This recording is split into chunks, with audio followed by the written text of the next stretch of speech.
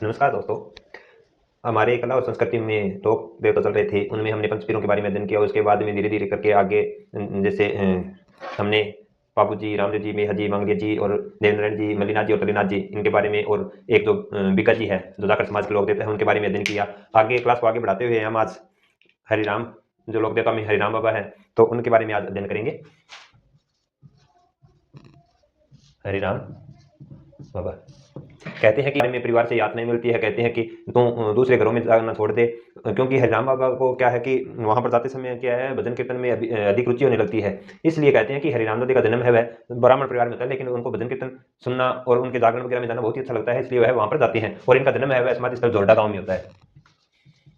इनका जन्म है वह जोरडा में होता है। नागौर में एक जोरडा गांव है, वहां पर कहते हैं कि इनका जन्म होता है। इनके जो मंदिर बना होता है, कहते हैं कि उसमें जो सांप की बम्बी होती है उसकी पूजा की जाती है।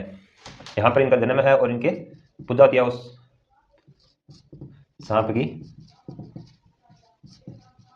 बम्बी की पूजा होती है।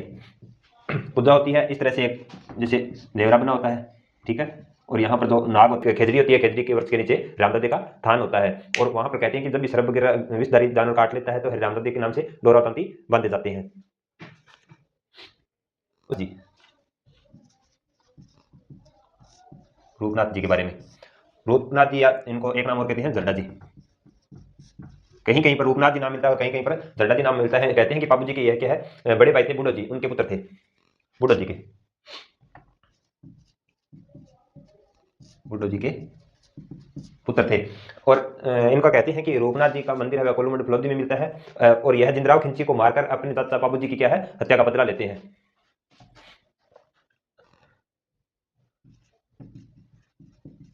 जिंदराव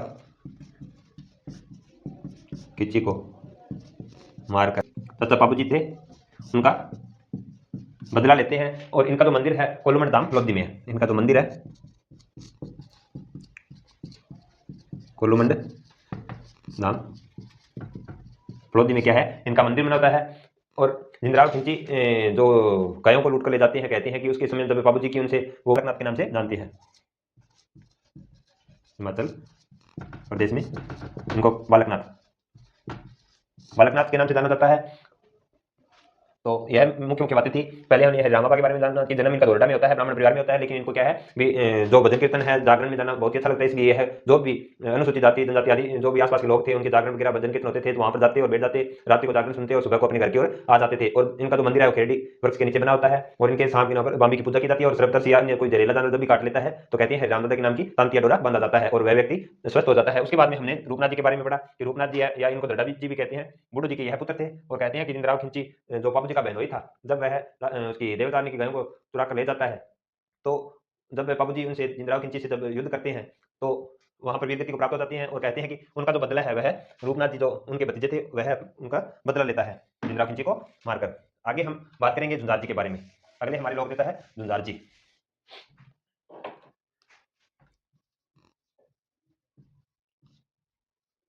झुंझार जी, इनका जन्म है इमलोहा सीकर में होता है। जन्म है इमलोहा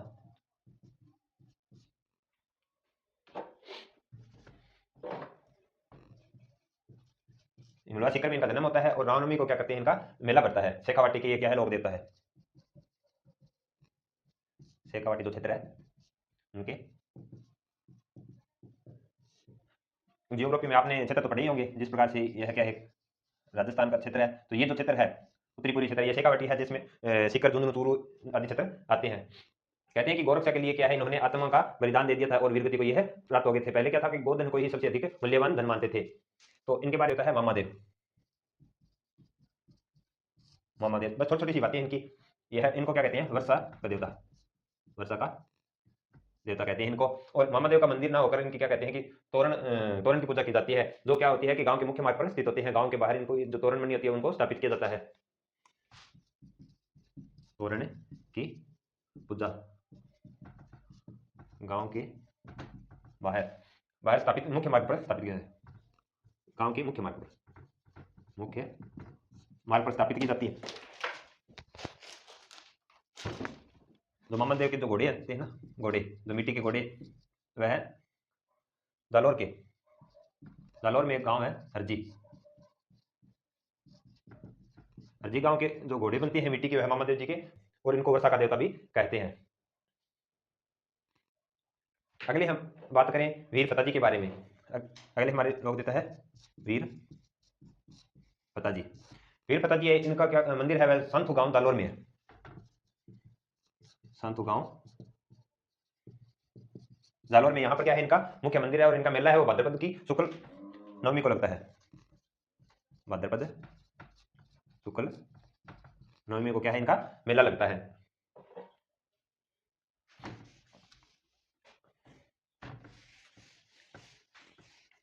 इनके बाद में बात करते हैं आलम जी का। यह जय मल्होत्रा आलम जी।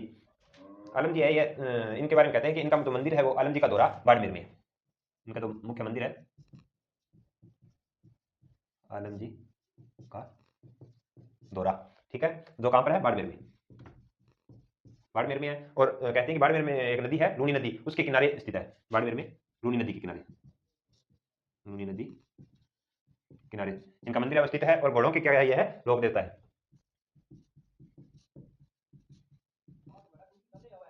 घोड़ों के लोक देवता के रूप में इनकी पूजा की जाती है। अगले हमारी है डूंगर जी। डूंगर जी और जवाहर जी। डूंगर जी और जवाहर जी, इनका जन्म है वो बठोर पटौदा में होता है। जन्म पटौदा सीकर में। शेखावाटी क्षेत्र की क्या है, शेखावाटी क्षेत्र के लोक देवता है, ये लोक देवता के रूप में पूछते हैं। आगे हम भोमिया जी के बारे में बात करें। अगले हमारे लोक देवता है भोमिया जी। भोमिया जी, भोमिया जी है वह भूमि रक्षक देवता के रूप में माने जाते हैं।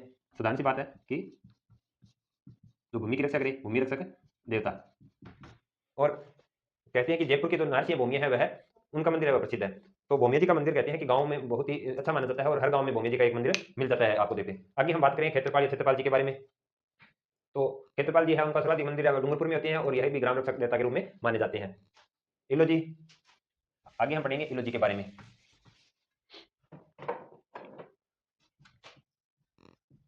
इलो जी मारवाड़ क्षेत्र के थे।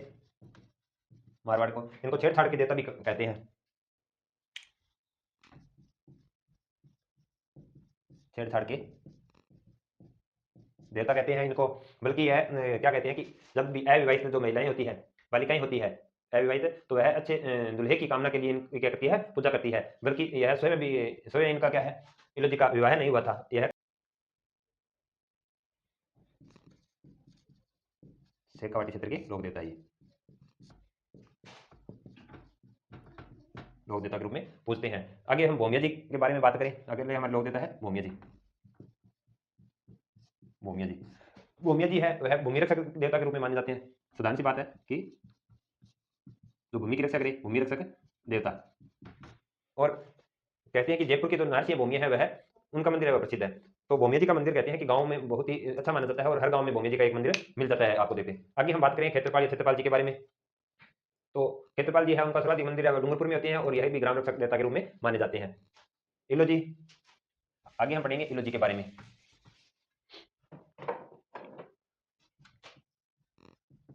इलो जी मारवाड़ क्षेत्र के थे। मारवाड़ को इनको छेड़छाड़ के देवता भी कहते हैं। छेड़छाड़ के देवता कहते हैं इनको। बल्कि यह क्या कहते हैं कि जब भी अविवाहित जो महिलाएं होती है, बालिकाएं होती है अविवाहित, तो वह अच्छे दुल्हे की कामना के लिए क्या करती है, पूजा करती है। बल्कि यह स्वयं भी, स्वयं इनका क्या है, इलो जी का विवाह नहीं हुआ था। यह शेखावाटी क्षेत्र के लोक देवता, ये लोक देवता के रूप में पूछते हैं। आगे हम भोमिया जी के बारे में बात करें। अगले हमारे लोक देवता है भोमिया जी। भोमिया जी, भोमिया जी है वह भूमि रक्षक देवता के रूप में माने जाते हैं। साधारण सी बात है कि जो भूमि की रक्षा करे, भूमि रक्षक देवता। और कहते हैं कि जयपुर की जो नारसिंह भूमिया है, वह उनका मंदिर है वह प्रसिद्ध है। तो भोमिया जी का मंदिर कहते हैं कि गांव में बहुत ही अच्छा माना जाता है, और हर गांव में भोमिया जी का एक मंदिर मिल जाता है आपको देखे। आगे हम बात करें क्षेत्रपाल या क्षेत्रपाल जी के बारे में। तो क्षेत्रपाल जी है, उनका सर्वाधिक मंदिर है वह डूंगरपुर में होते हैं, और यह भी ग्राम रक्षक देवता के रूप में माने जाते हैं। इलो जी, आगे हम पढ़ेंगे इलो जी के बारे में।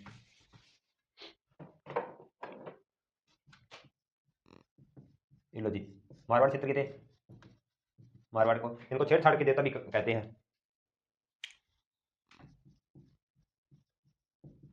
छेड़छाड़ के देवता कहते हैं इनको। बल्कि यह क्या कहते हैं कि जब भी अविवाहित जो महिलाएं होती हैं, बालिकाएं होती है अविवाहित, तो वह अच्छे दुल्हे की कामना के लिए क्या करती है, पूजा करती है। बल्कि यह स्वयं भी, स्वयं इनका क्या है, इलो जी का विवाह नहीं हुआ था, यह